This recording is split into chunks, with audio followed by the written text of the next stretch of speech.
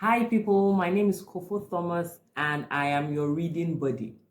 If this is your first time on this channel, I say welcome on board. I'm pleased and delighted that you clicked on this video. And if you are a returning viewer, welcome home. Let's continue. So like we do on this channel, we read books together. We have been reading this book, which is the 15 Invaluable Laws of Growth. We have read laws 1 to law 6, so we are on law 7 at the moment. If you have not watched those videos, please take out time to watch those videos, laws 1 through to 6.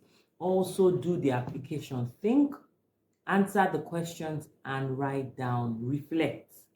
That go and watch it. There is a particular video that talks of the benefit of pausing and reflecting. So let's make the most use of it. Okay, we are moving now to law number 7, which is the law of design. The law of design. To maximize growth, develop strategies. If you don't design your own life plan, chances are you fall into someone else's plan. And guess what they may have planned for you? Not much. Quote by Jim Rohn. What's your favorite time of the year? Is it Christmas? Is it when you celebrate your birthday? Or when flowers bloom in the spring? Or your summer vacation? Or when the children go back to school? Or the beginning of football season? Or when the leaves change? When is it? I can tell you mine. It's the week after Christmas. Glancing backward, planning forward. On Christmas Day in the afternoon, after the grandchildren have finished opening all their presents and all the hoopla has died down, I can hardly contain myself because I know it's time for one of the things I love most every year. I still off to my study while everyone else is watching television or napping. There on my desk, waiting for me, is my appointment calendar from the preceding year and a yellow legal pad.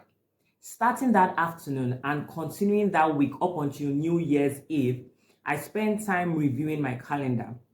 I review every appointment, meeting, commitment, and activity hour by hour from the previous 359 days, and I evaluate each of them.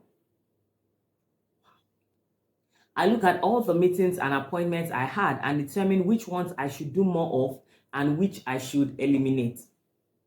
I consider how much time I spend doing things that I should have delegated to someone else.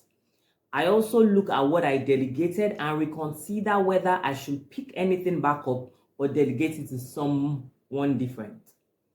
I evaluate whether I spent enough time with my family.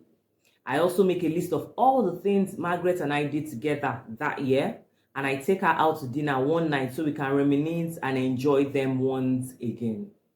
That's a romantic evening that always ends well. I try to account for every waking hour I had the previous year. And what's the value of that? It helps me to develop strategies for the coming year. Because I do this every year and have for decades, I become more focused, strategic, and effective every year. Even if I have a difficult time or relatively unproductive year compared to what I desired, it's never a loss because I learn from it and improve upon it in the coming year. There's no substitute for being strategic. To maximize growth, you must develop strategies. That is the law of design. Life lessons. Most people allow their lives to simply happen to them. They float along, they wait, they react, and by the time a large portion of their life is behind them, they realize they should have been more proactive and strategic. I hope that hasn't been true for you. If it has, then I want to encourage you to develop a stronger sense of urgency and a pro-strategic mindset. As you plan and develop strategies for your life and growth, I want to share with you some of the things I've learned and have helped me in the process. Number 1, life is very simple, but keeping it that way is very difficult. Despite what others might say, I believe life is pretty simple. It's a matter of knowing your values, making some key decisions based on those values, and then managing those decisions on a day-to-day basis. That is pretty straightforward. And at least in theory, the longer we live and the more we learn, the more experience and the more knowledge we acquire, that should make life even simpler. But life has a way of becoming complicated, and it is only through great effort that we can keep it simple. A few years ago, I attended a conference on global strategies for leaders.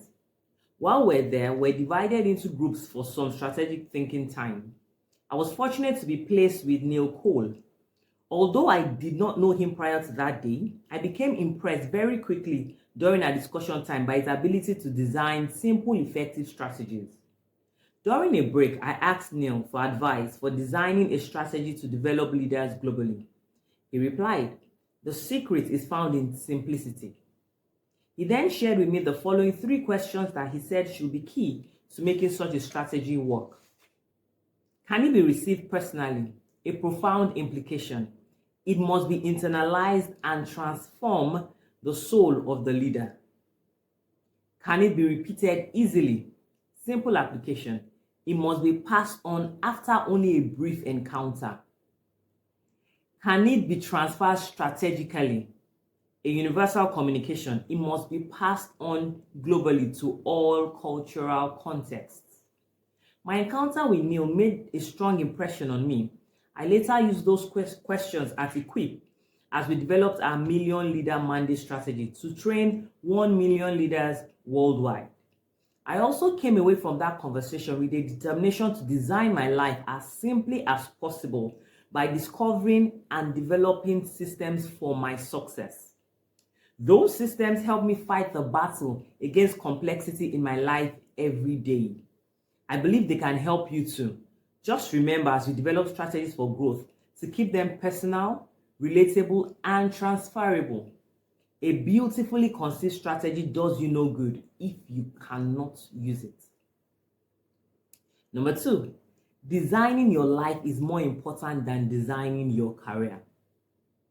Oscar-winning actress Reese Witherspoon says, "Many people worry so much about managing their careers, but rarely spend half that much energy managing their lives. I want to make my life, not just my job, the best it can be. The rest will work itself out." End of quote. I think Witherspoon's advice is partially correct. If you plan your life well, then your career will work itself out. The problem is that most people don't spend very much time planning their careers either. They spend more time planning for Christmas or their vacation. Why? Because people focus on what they think will give them the greatest return. If you don't believe you can succeed in your life in the long term, you are not very likely to give it the planning attention it deserves. Planning your life is about finding yourself, knowing who you are, then customizing a design for your growth. Once you draw the blueprint for your life, then you can apply it to your career. Number 3, life is not a dress rehearsal. As you have guessed by now, I'm a long-time reader of Charles Shaw's comic strip, Peanuts. Shaw's captured the feelings of many people in a strip in which Charlie Brown said to Linus, "Life is too much for me. I've been confused from the day I was born. I think the whole trouble is that we are thrown into life too fast. We are not really prepared." Linus responds, "What did you want? A chance to warm up first?" There is no warm-up for life, no dress rehearsal. Yet, that is the way many people seem to be treating it. Each of us goes on stage cold, no preparation, and we have to figure it out as we go along. That can be messy. We fail, we make mistakes, but we still need to give it our best from the very start. Regret over not being proactive enough is a common theme among people looking back on their lives. In his book, Aspire, Kevin Hall tells about a trip he made with a group of Boy Scouts and his desire to inspire them to set bold goals for themselves. I look carefully at my speaking engagements and consider what I should do more of, what I should do less of, and what I should eliminate altogether. I look at the growth opportunities I pursued and judge which gave a high return and which didn't.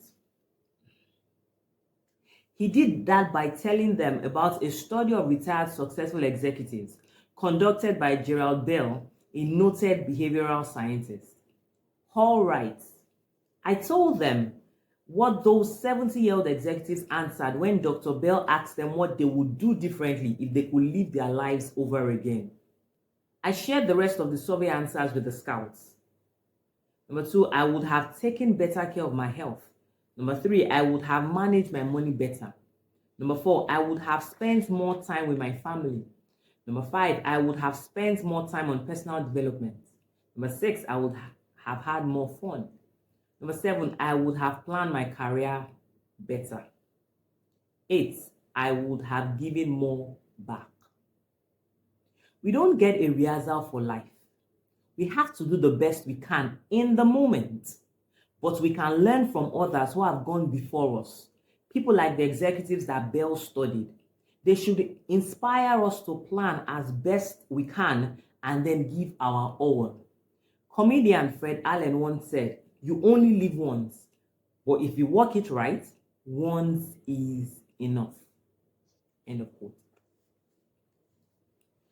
Number 4, in planning your life, multiply everything by 2. My outlook on life is primarily optimistic, and as a result, my expectations for myself and others tend to be rather unrealistic. Over the course of time, I've learned that important things in life usually take longer than we expect and cost more than we anticipate. That is especially true when it comes to personal growth. So what do I do to compensate? I multiply by 2. If I think something will take me an hour to do, I plan for double to stay out of trouble. If I think a project will take a week to accomplish, I allot 2. If I think a goal will require $1,000 to fund, I set aside $2,000. 2 isn't a magic number. It just seems to work for me. I found that multiplying everything by 2 infuses realism into my optimism. I'm aware that I'm an especially impatient person, but I think all people naturally desire for things to come to them quickly and easily, including personal growth. The secret isn't really to want more or want it faster. It is to put more time and attention into what you have and what you can do now. Give 3 times the effort and energy to growing yourself, and allow yourself to grow slowly and with deep roots. Remember that a squash vine or tomato plant grows in a matter of weeks, produces for several days or weeks, and then dies when the first frost comes. In comparison, a tree grows slowly over years, decades, or even centuries. It produces fruits for decades, and if healthy, it stands up to frost, storms, and drought. As you develop strategies for growth, give yourself the time and resources you need. Whatever amounts seem reasonable to you, multiply them by 2. That practice will help to keep you from becoming discouraged and giving up too soon. To develop strategies depend on systems. Most accomplishments in life come more easily if you approach them strategically. I have a system for growing personally and gleaning information. I try to read 4 books every month. I pick 2 that I can go through fairly quickly and 2 that I want to really dig into. I also listen to CDs in my car. When I was preaching a weekly sermon as a pastor, I used to listen to 5 every week. I'd give a CD 5 minutes. If it was bad, I'll stop listening. If it was good, I'll listen to the whole thing. If it was great, I'd stop listening after 5 minutes and set the CD aside to have it transcribed so I could read every word. I have a system for capturing and filing all the good stories, quotes, and articles that I read. If I find an article I like, I rip it out of the magazine or journal, write at the top the topic it should be filed under, and set it aside for my assistant to put into my files. As I read a book, when I find a quote or story I like, I mark the page, write the topic I want it to be filed under, and write the page number where it can be found on the inside front cover of the book. When I'm done reading the book, I give it to my assistant and she photocopies the quotes or types them up and puts them in my quotes file. This practice has changed my life. Most people I know who take the time to grow personally don't take the time to capture the best thoughts and ideas they come across. They spend hours or days looking for a story they once read or a quote they can't quite recall. Didn't I read something about that recently? They wonder. Now, which book was that in? Maybe they're able to find it, maybe not. Do you know how much time it takes me to find something I read and want to recall? 2 minutes or less. Usually, I can walk over to my desk and put my hand on it in under a minute. If I can't recall what topic I filed it under and have to check 2 or 3 topics, it might take me as long as 5 minutes. I have a system for thinking. I keep about a dozen quotes or ideas in the Notes app on my iPhone, which I have with me all the time. I refer to them throughout the day so they can really sink into my mind and heart. When I swim laps every day, I choose 1 or 2 thoughts, or sometimes a couple of prayer items to roll over in my mind while I swim. And I also have my thinking chair.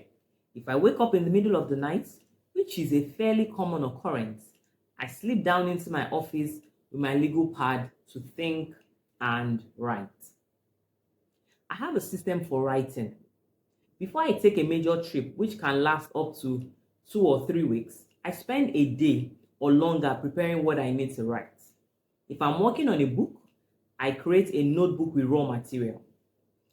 If the outline for the book has 15 chapters, as this one does, I put together a binder with 15 numbered tabs. If I already have some thoughts about a particular chapter, I 3-hole punch it and put it behind that tab. I also go into my quotes and article files and photocopy any material that I think I might want to use for that chapter. I 3-hole punch those pages and put them behind that tab. If I've written a lesson on that subject, I copy it, 3-hole punch it, and put it behind the tab.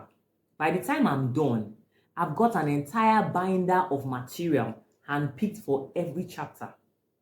With that, a legal pad, tape, and a pen, I'm ready to write, whether I'm on a plane, in a hotel room, or staying at a relative's house. I have a system for planning my days. I look at my calendar 6 weeks out so I know what's coming and can plan my work. And every morning I review my schedule for the day and ask myself, what is the main event? I make sure I know the most important thing that I must win that day, no matter what else happens. I even have systems for waiting in lines and other mundane activities.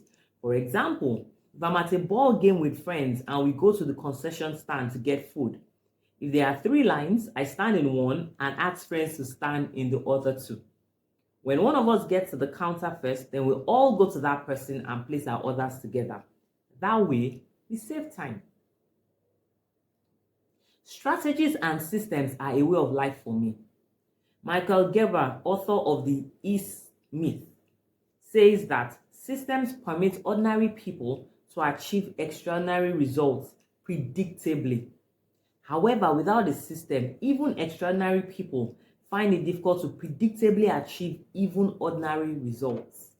End of quote. I totally agree with that. What is a system? It is a process for predictably achieving a goal based on specific, orderly, repeatable principles and practices. Systems leverage your time, money, and abilities. They are great tools for personal growth. Systems are deliberate, intentional, and practical. They really work regardless of your profession, talent level, or experience. They improve your performance. A life without any systems is a life where the person must face every task and challenge from scratch. What systems include? If you want to make the most of your personal growth by getting the most you can out of every effort and doing it as efficiently as possible, you need to develop systems that work for you. That will be a personal thing because your systems need to be tailored to you. However, as you strive to create them, keep the following guidelines in mind. Number one, effective systems take the big picture into account. Stephen Covey observed, we may be very busy, we may be very efficient, but we will also be truly effective only when we begin with the end in mind. End of quote. When I started creating systems for my personal growth, they were very targeted. I knew I'll be speaking every week of my life. I knew I'll be leading people and organizations. As I approached age 30, I realized that I wanted to write books. My efforts had to support and advance my abilities in those areas. People who excel, regardless of their profession, develop systems to help them achieve the big picture. A good example of that was Muhammad Ali's preparation for the Rumble in the Jungle fight against George Foreman on October 13, 1974. It's true that Ali was a great athlete, the greatest according to him, but physically he was no match for Foreman, who was a powerful puncher. Virtually nobody thought Ali had a chance. Joe Frazier and Ken Norton had beaten Ali previously, and George Foreman had knocked out both of those fighters in the second round. But Ali could see Foreman's weakness, his lack of staying power, and Ali figured a system that would allow him to overcome the stronger boxer. Ali called it the roper dope. Ali would lean back against the ropes, shielding himself while Foreman pounded away, trying to knock him out. For 7 rounds, Foreman threw hundreds of punches, and Ali let the storm blow over him. By round 8, Ali could see that Foreman had worn himself out. That's when Ali dropped Foreman with a combination and reclaimed the heavyweight championship of the world. It's not enough to be busy. If you are busy planning, busy reading books, and busy going to conferences, but they aren't targeted on the areas essential to your success, you are not helping yourself. As the saying goes, unhappiness is not knowing what we want and killing ourselves to get it. What is your big picture?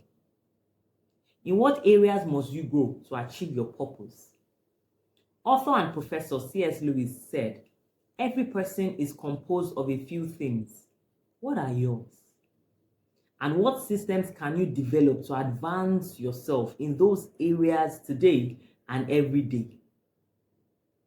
I had to stop reading books simply for pleasure and read books that will help me in my areas of strength. I also took 2 speed reading classes to help me improve. What must you do? Number 2, effective systems make use of priorities. A system is of limited help to you if it doesn't take into account your priorities.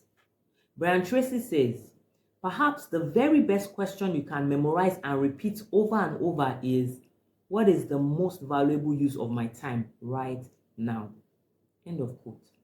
You should also ask yourself, when is my most valuable time?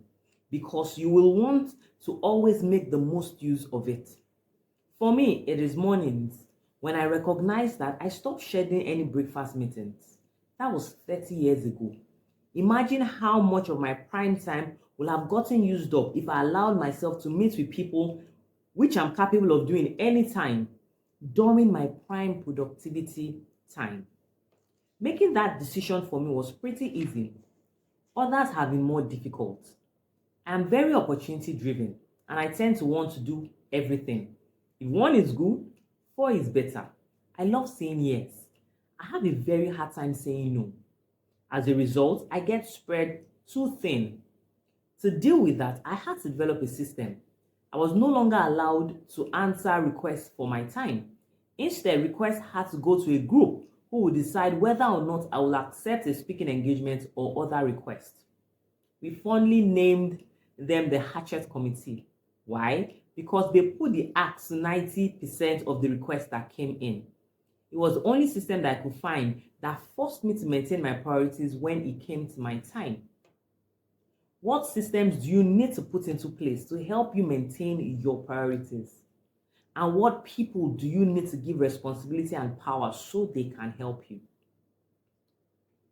Number 3, effective systems include measurement. Jack Welch, former CEO of General Electric, asserted, strategy is first trying to understand where you sit in today's world, not where you wish you were or where you hoped you will be, but where you are. Then it's trying to understand where you want to be 5 years out. Finally, it is assessing the realistic chances of getting from here to there. End of quote. What do all 3 of these actions, knowing where you are, where you want to be, and the chances of getting there, have in common? Measurement. Any kind of progress requires the ability to measure. And for that reason, your system must include a way to measure your results.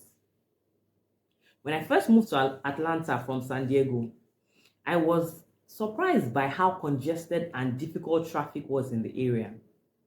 Road building seemed to run about 10 years behind population growth. I couldn't do anything about the roads, but I was determined to improve my ability to get around. What was my solution? For the first 6 months, I explored alternate routes to my most common destinations, and I tracked the mileage and time it took on every route.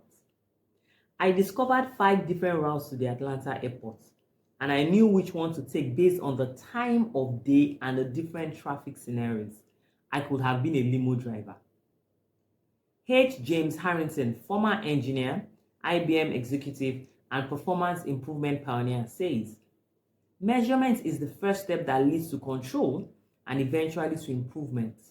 If you can't measure something, you can't understand it. If you can't understand it, you can't control it. If you can't control it, you can't improve it. Think about it. Where would business people be if they had no way of measuring their profits? Where would sales and marketing people be if they had no idea how many leads turned into sales or how many people responded to advertising? Where would sports teams be if they never knew the score of the game? Measurement is key to improvement. In fact, measurement itself can even create improvement. Researchers who conducted experiments in productivity at the Hawthorne Works plant outside Chicago in the 1930s discovered that when people knew their work was being measured, their productivity increased. Researchers call that the Hawthorne effect. Measurement makes a difference. It enables you to set goals, evaluate progress, judge results, and diagnose problems. If you want to stimulate your growth, progress, and evaluate the results, build measurements into your systems. Number 4, effective systems include application. If you had the most beautiful blueprints in the world for the most spectacular home, what value would they have if there was no action plan to build it? Not much. That's why William Danforth, the founder of Nestle Purina, said, no plan is worth the paper it is printed on unless it starts you doing something. End of quote. I've been a fan of Ohio State University football for decades. And for several years, while Jim Tressel was head coach of the team, I had the privilege of speaking to the team before their annual game with Michigan and then watching the game on the sidelines. What a wonderful experience. Once, while I was there, I noticed a sign that asked players and coaches one simple question: what are you going to do now? That is a great question for us to ask ourselves every time we go out onto our playing field. What are we going to do? It is not enough just to plan, though planning is important. Both plan and action must go together. The plan creates the track. The action provides the traction. So anytime you have a goal, but you think you won't be able to reach it, don't adjust the goal. Adjust the action steps. People who develop systems that include action steps are almost always more successful than people who don't. Even less talented people with fewer resources accomplish more if they have developed the habit of taking action. That is one of the reasons I've developed the habit of asking myself 3 questions every time I learn something new. 1, where can I use this? 2, when can I use this? And 3, who needs to know this? This has been a discipline in my life, so I always have a bias towards action when I learn something new. Number 5, effective systems employ organization. I once saw a sign in a cluttered country store that read, "We've got it if you can find it." That is not much of a help, is it? I mentioned earlier in the chapter that I have a system for filing quotes. Why did I develop that? Because the number one time waster for most people is looking for things that are lost. My choleric personality and the heavy workload of my career prompted me to start developing systems. In the beginning, it was the only way I could be sure to get things done. And even though as my career developed, I was able to hire an assistant and then additional staff members, I continue to use systems to keep myself and my interaction with staff and co-workers organized. For example, I touch base with my assistant, Linda Eggers, at least once a day, every day, 365 days a year. It doesn't matter if I'm home in Florida or on the road in China. I also have a way of organizing my calendar, or more accurately, asking Linda to organize my calendar. Family activities go on the calendar first. Why? Because they are my highest priority. Everything else has to fit around them. Time has a way of getting away from most people, yet time is what life is made of. Everything we do requires time, yet many people take it for granted. How you spend your time is more important than how you spend your money. Money mistakes can be corrected, but once time has passed, it's gone forever. Being organized gives a sense of power. When you know your purpose and priorities and you have ordered your day, week, or year according to them, you have a clarity of thought that strengthens everything you do. You develop an efficiency that helps you to follow through on everything you do. There are few things like it. Make sure your systems make you as organized as you can possibly be. Number 6, effective systems promote consistency. Journalist Sidney J. Harris observed, "An idealist believes the short run doesn't count. A cynic believes the long run doesn't matter. A realist believes that what is done or left undone in the short run determines the long run." In other words, if you want to succeed in the long run, you must learn to be consistent day in and day out, week in and week out, year in and year out. You will never change your life until you change something you do daily. The secret of your success is found in your daily routine. So any system you develop needs to promote consistency, and you must follow it consistently. What does it take to develop consistency? A system and the discipline to follow through. I came across the story of an older gentleman at the funeral of fiery NBA basketball coach Bill Musselman in 2000, who approached Bill's son Eric to tell him a story. The gentleman said he was driving down a 2-lane highway on the way to Orville, Ohio, when he saw a boy about 11 years old dribbling a basketball with his right hand along the side of the road. The man said he pulled over and asked the boy, "Where are you going?" Without stopping dribbling, the boy replied, "Orville." "Do you know Orville is 10 miles away?" he asked. "Yes." "What are you going to do when you get there?" "Dribble back home with my left hand." The old man looked at Eric and said, "That boy was your father." Now, that is what I call creating a system and having the discipline to follow through on it. Despite the dramatic nature of that story and Musselman's efforts to grow as a basketball player, most efforts at consistency are not so exciting. Every now and then, I get requests from people who say they want to spend the day with me. I think they will be very disappointed at how boring my average day is.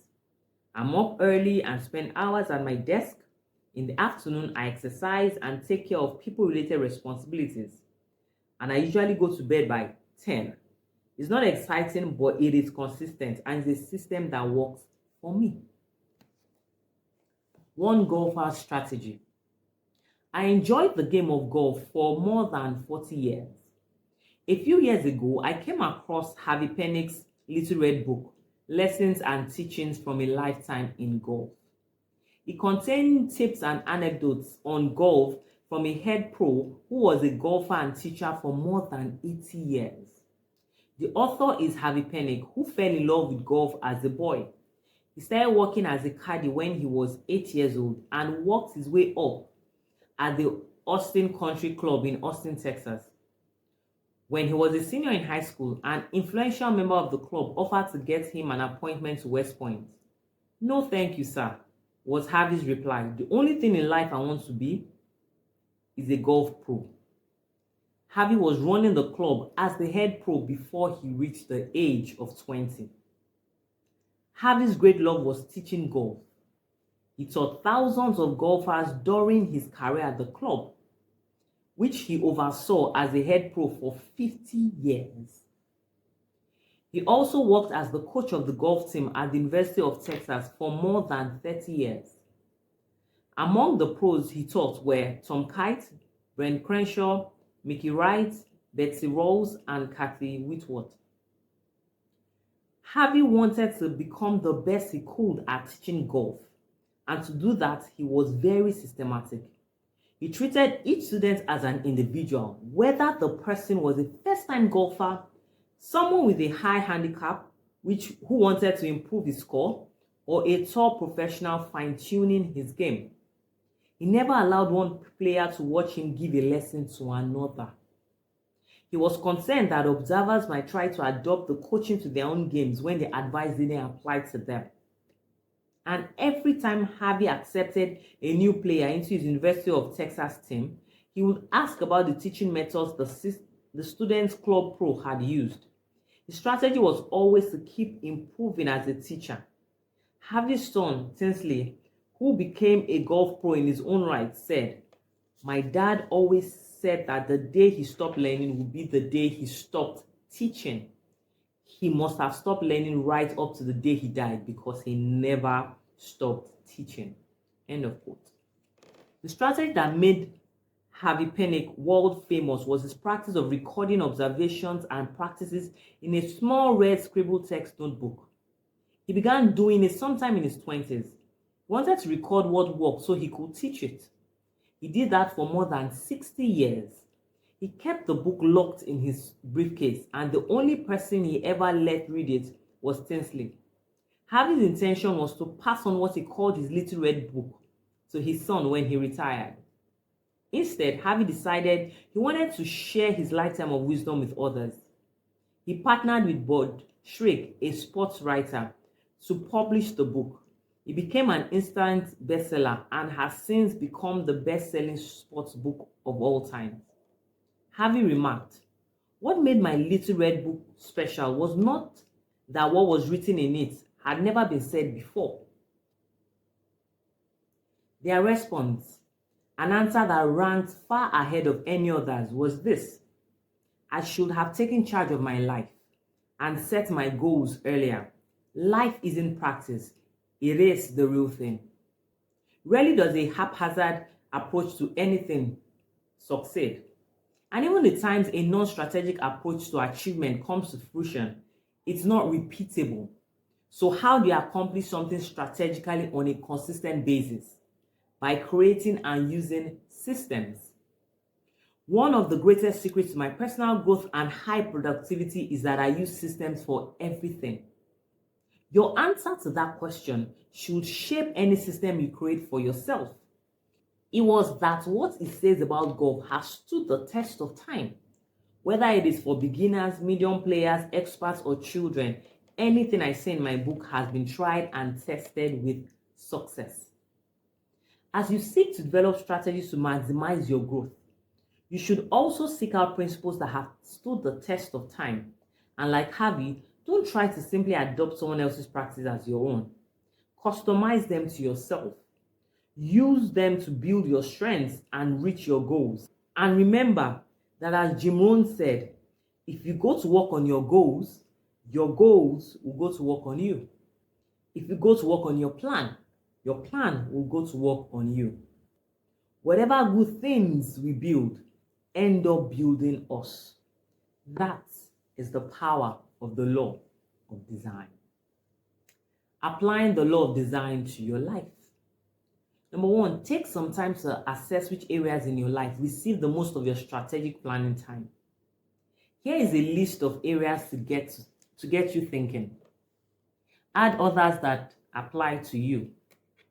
Career, faith, family, health, hobby, marriage, personal growth, vacation. Have you been strategic in your approach to designing strategy and systems for your life? If not, why not? If so, where have you placed the most emphasis?